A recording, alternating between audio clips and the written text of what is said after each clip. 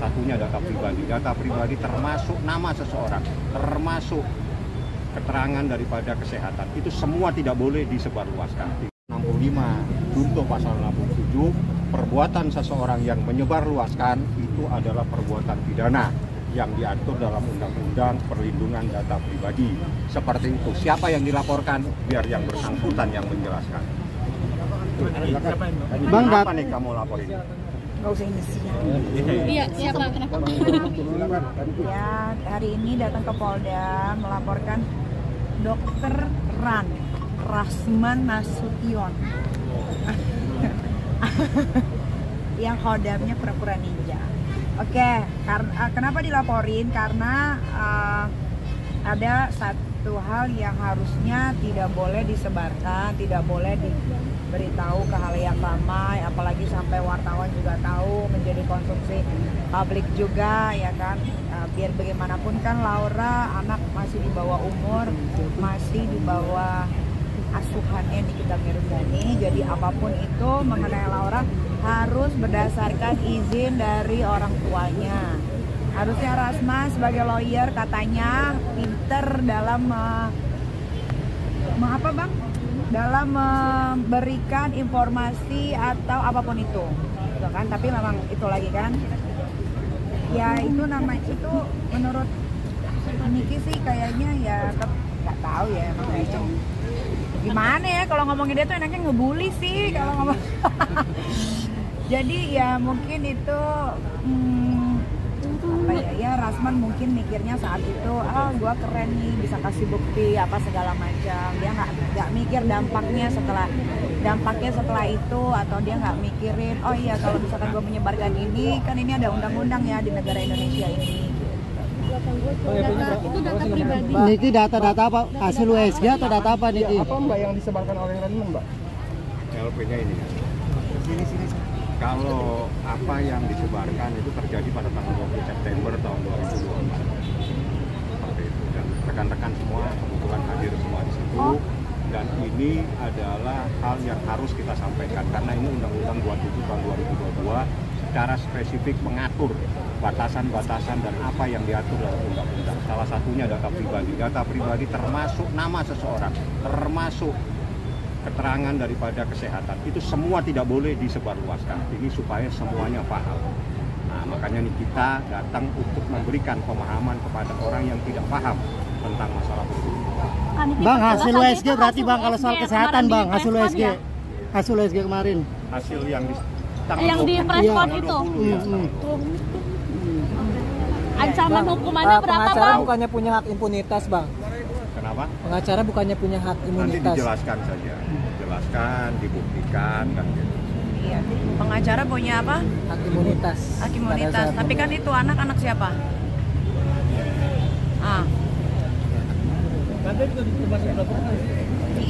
Iya. Bang yang dilaporkan berarti Berarti dua berdua orang ada juga yang Bang. dilaporkan. Terlapornya siapa aja, Bang? Yang dilaporkan itu identitasnya Ran dan kawan-kawan. Fadel juga termasuk kakak Diki dalam laporan terbaru ini? FAB termasuk Masuk. Bang. Oh masuk. Banyak. Oh, termasuk kakak-kakaknya yang kemarin dia bikin preskon? Nanti lihat aja. Siapa yang ada yang bisa terbukti dalam proses menyebarkan data pribadi seseorang, itulah yang nanti akan menjadi bagian dari persoalan hukum. Seperti itu. Ancamannya Bang? 4 tahun. 4 tahun penjara. Lagian Rasman yang enggak aja orang anak masih di bawah umur kok ada USG-nya. Kan belajar lawyer di mana sih sekolah? Siapa yang ngasih gelar Rasman ini sih? Nggak ngerti. Jadi juga itu anak-anak akan mencari tahu, Bang. Ya itu nanti bagian dari proses penyelidikan dan penyidikan. Jadi pasti akan ketahuan. Itu data dari mana, dapat dari mana. Karena begini, berdasarkan data yang ada sama saya. Mau ngapain Rasman? Bau. Kalaupun gua datang, gua nggak mau deket-deket sama Rasman.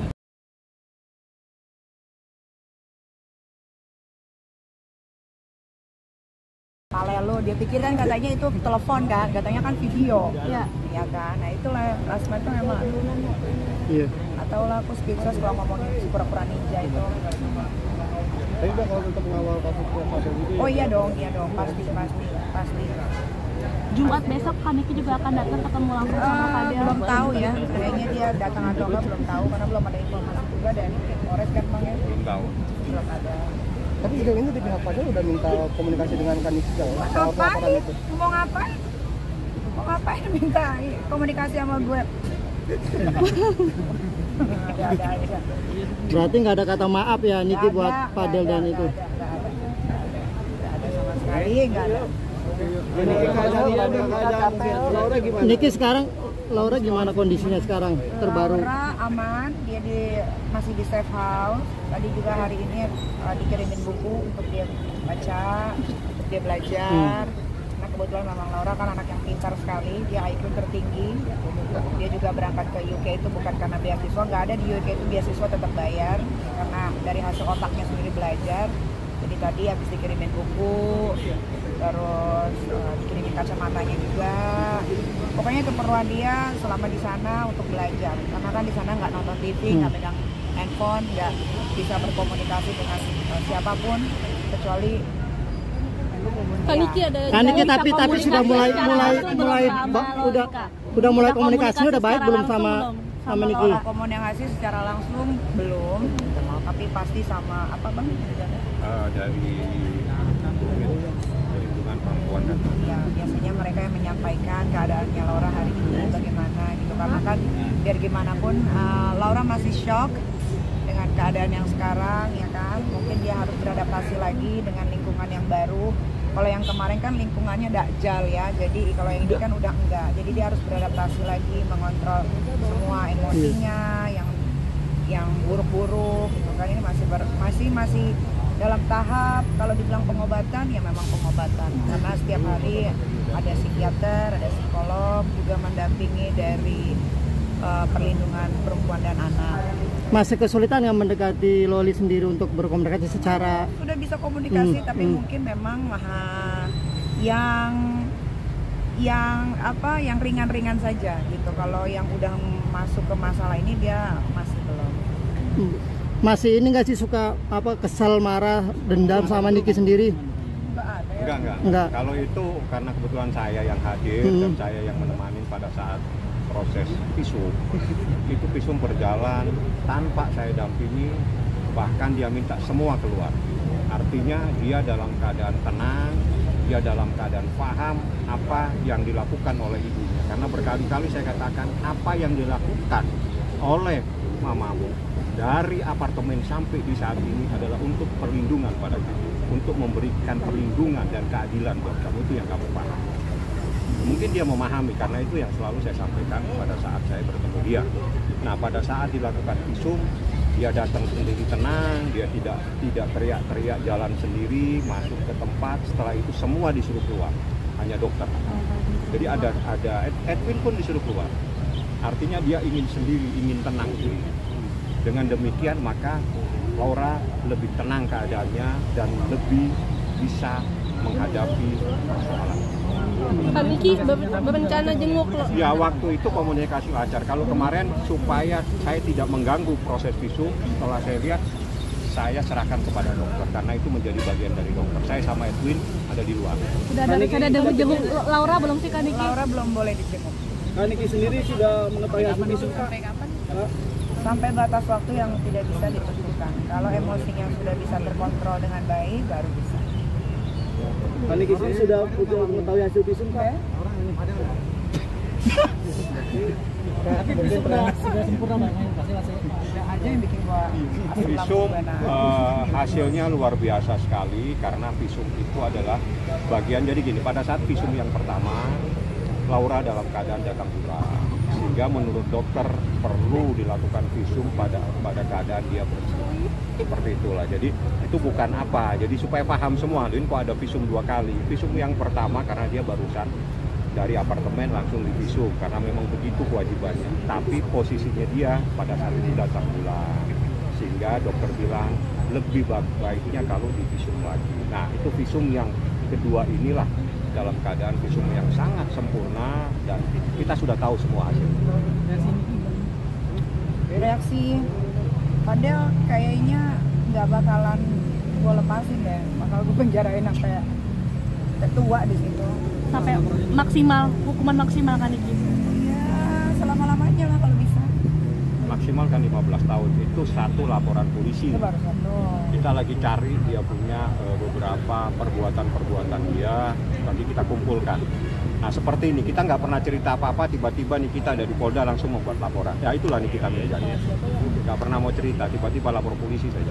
Kenapa nggak sekalian di Polres aja? Maksudnya kan di Polres udah ada laporan, terus kenapa sekarang di Polda gitu Pak? Jangan diganggu yang di Polres, biar mereka konsentrasi sama kasusnya Laura ini. Kaniki, Bagi-bagi. Kaniki ada rencana buat ngelaporin dokter yang mengarbosi Itu nanti urusan penyidik lah. Itu urusan penyidik. Bang, berarti boleh dibilang surat yang kemarin ditunjukkan USG itu ini Bang ya apa? Tidak asli atau Bukan, gini-gini. Semua harus paham ya. Apa yang dilakukan anak di bawah umur itu tidak mempunyai kekuatan hukum. Satu. Yang kedua, apa yang ada pada data anak di bawah umur itu adalah data pribadi. Menurut Undang-Undang Perlindungan Data Pribadi, yang menyebarkan data pribadi itu adalah melakukan tindak pidana. Seperti itu, makanya kita laporkan. Paham ya? Terakhir mungkin ada pesan buat Pak Rasman seperti apa Kak Niki? Gentle kah? Gentle kah atau gimana? Udah Rasman, lo mendingan masuk rumah sakit aja Rasman ya. Karena laporan yang ini juga gua nggak bercanda kok, serius. Ya.